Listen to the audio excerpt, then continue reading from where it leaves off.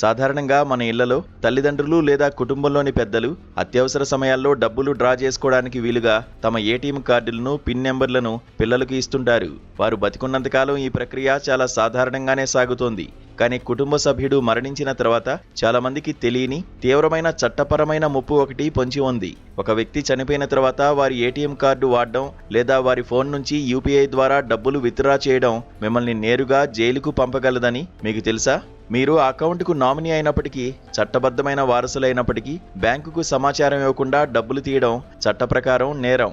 Banking నిబంధనల ప్రకారం ఏ వ్యక్తి అయినా మరణించిన వెంటనే అతని బ్యాంకు ఖాతా చట్టబద్ధంగా ఇన్యాక్టివ్గా మారుతోంది.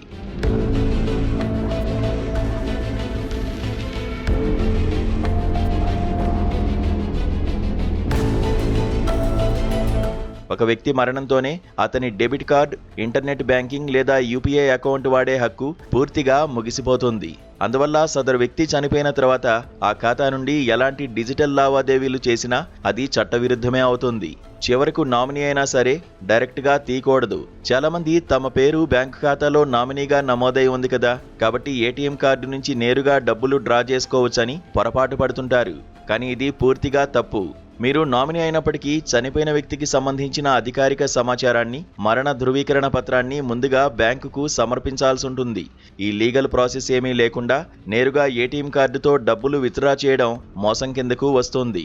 మరణించిన వ్యక్తి డబ్బులు సురక్షితంగా ఉండాలనే ఉద్దేశంతోనే బ్యాంకులు ఈ రూల్ను అమలు చేస్తాయి. ఉదాహరణకు, చనిపోయిన వ్యక్తికి ఒకరికంటే ఎక్కువ మంది చట్టబద్ధమైన వారసులు ఉండే అవకాశం ఉంది. అటువంటప్పుడు ఒకే వ్యక్తి బ్యాంకుకు తెలియకుండా అకౌంట్లోని డబ్బు మొత్తాన్ని ఏటీఎం ద్వారా విత్డ్రా చేసుకుంటే మిగతా వారసుల హక్కులను ఉల్లంఘించినట్టు అవుతుంది. అందుకే వారసులందరి వాదనలు, పత్రాలను క్షుణ్ణంగా పరిశీలించిన తర్వాతే బ్యాంక్ ఆ డబ్బును విడుదల చేస్తోంది. ఎవరైనా బ్యాంకుకు ముందస్తు సమాచారం ఇవ్వకుండా మరణించిన వ్యక్తి ఖాతా నుండి ఏటీఎం ద్వారా డబ్బు విత్డ్రా చేసినట్లయితే ఆ తర్వాత కుటుంబంలోని మరో సభ్యుడు లేదా ఇతర వారసులు దీనిపై బ్యాంకులో గానీ, పోలీస్ స్టేషన్లో గానీ ఫిర్యాదు చేస్తే చట్టపరమైన చర్యలు తప్పవు. ఈ సందర్భంలో విత్డ్రా చేసిన వ్యక్తిపై మోసం, దొంగతనం ఆరోపణలతో ఎఫ్ఐఆర్ నమోదు చేసే అవకాశం ఉంది. నేరం నిరూపితమైతే భారీ జరిమానాతో పాటు జైలు శిక్ష కూడా పడే ప్రమాదం ఉంది.